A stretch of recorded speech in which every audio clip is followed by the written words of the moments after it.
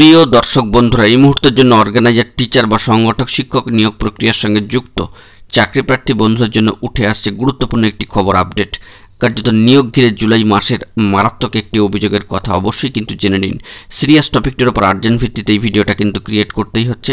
ভিডিওটিকে অবশ্যই সম্পূর্ণ শেষ পর্যন্ত শুনে নিয়ে বোঝার চেষ্টা করবেন, ভিডিওটিকে শেষ পর্যন্ত দেখে নেবেন। যে সমস্ত বন্ধুরা চ্যানেলটিকে এখনও পর্যন্ত সাবস্ক্রাইব করেননি, এখনই সাবস্ক্রাইব করে নিয়ে সঙ্গে থাকবেন।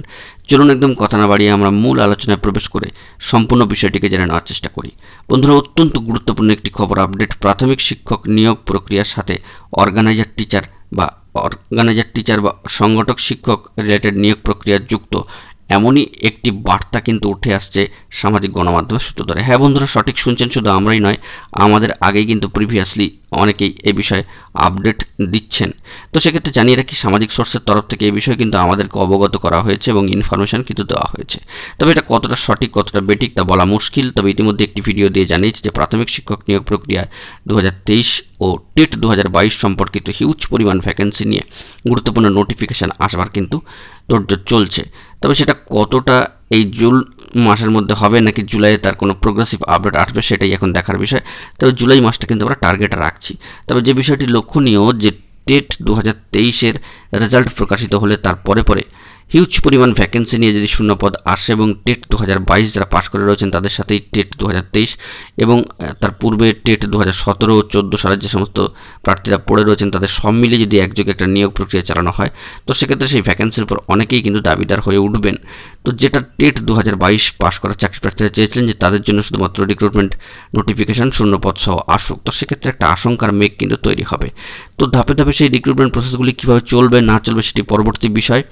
তবে টেট 2023-এর রিক্রুটমেন্ট প্রসেস এবং টেট 2022-এর রিক্রুটমেন্ট প্রসেস 14-17 রিক্রুটমেন্ট প্রসেস যদি একযোগে শুরু হয় তবে একটা হিউজ পরিমাণ ভ্যাকেন্সির মধ্যে যে রিক্রুটমেন্ট নোটিফিকেশান আসবার কথা হচ্ছিল তাতে কিন্তু একটা চাপ পড়বে ক্যান্ডিডেটদের, এটাও কিন্তু বোঝা যাচ্ছে। তো সেক্ষেত্রে সেই শূন্য পদের থেকে কিছু অংশ কি অর্গানাইজার টিচার বা সংগঠক শিক্ষকদের জন্য থাকবে?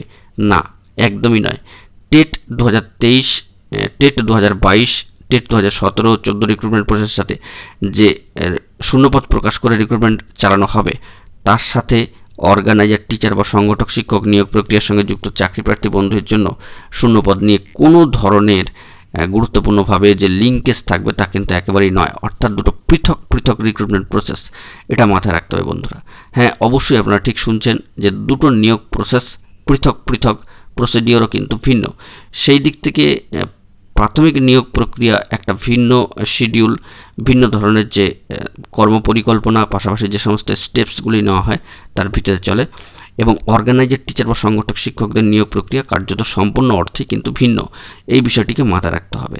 তাই প্রাথমিক নিয়োগ প্রক্রিয়ার ক্ষেত্রে বা রিক্রুটমেন্ট প্রসেসে হিউজ পরিমাণ ভ্যাকেন্সি এলেই যে সেখান থেকে অর্গানাইজার টিচারদের জন্য শূন্যপদ তুলে রাখা হবে বা সেই সংক্রান্ত শূন্যপদ আলাদা হবে, সেটি কিন্তু একেবারেই নয়। এরকমটা ভাবা কিন্তু কখনোই নয় যে অর্গানাইজার টিচার বা প্রাথমিক শিক্ষক নিয়োগ প্রক্রিয়ার শূন্যপদ দুটিকে একসাথে গুলিয়ে দিলে কিন্তু চলবে না। সামাজিক গণমাধ্যমের সূত্র ধরে কিন্তু এই বার্তা উঠে আসছে এবং সামাজিক সোর্স আমাদেরকে এই বিষয়ে অবগত করছেন যে প্রাথমিক নিয়োগ প্রসেস এবং অর্গানাইজার টিচার বা সংগঠক শিক্ষকদের নিয়োগ প্রসেস দুটির মধ্যে কিছুটা হলেও লিঙ্কেজ থাকলে, সামান্য শর্ট লিঙ্কেজ থাকলেও তাদের মধ্যে কিন্তু কোনো ধরনের মিল নেই।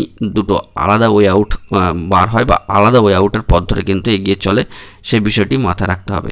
তাই একটি শূন্যপদ প্রকাশিত হলে সেটি অন্যের জন্য প্রযোজ্য হবে বা সেখান থেকে রেখে দেওয়া হবে এরকম কোনো ইনফরমেশান কিন্তু নেই। এই বিষয়টিকে মাথায় রাখতে হবে। অবশ্যই এই বিষয়ে আমরা আরও খোঁজখবর করার চেষ্টা করছি। তবে নিশ্চিত থাকুন দুটো রিক্রুটমেন্ট প্রসেস সম্পূর্ণ ভিন্ন ধারার এবং ভিন্নভাবে, এদের মধ্যে সামান্য লিঙ্কেজ থাকলেও কোনো ধরনের মিল কিন্তু নেই। অফিসিয়ালি এই বিষয়ে কিন্তু কোনো নোটিফিকেশান নেই। বন্ধুরা, নিয়োগ ঘিরে যদি পরবর্তী ক্ষেত্রে কোনো গুরুত্বপূর্ণ খবর আপডেট উঠে আসে তবে অবশ্যই আমরা সেটা শেয়ার করবার চেষ্টা করব। আপাতত সামাজিক গণমাধ্যমের সূত্র ধরে যে বার্তাটি উঠে আসতো তা আপনাদের মাঝখানে প্রোভাইড করলাম। বন্ধুরা, এখন এই পর্যন্ত সকলে ভালো থাকবেন, চ্যানেলটিকে সাবস্ক্রাইব করে সঙ্গে থাকবেন। ধন্যবাদ।